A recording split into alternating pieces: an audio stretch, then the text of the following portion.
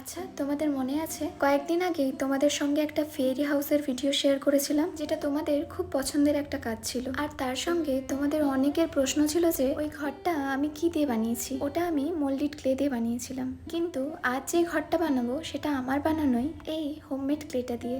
জানো, আজ এই কাজটা করতে করতে একটা কথা ভীষণ মনে আসছিল। আমরা সবাই নাকি স্বাধীন দেশে বাস করি।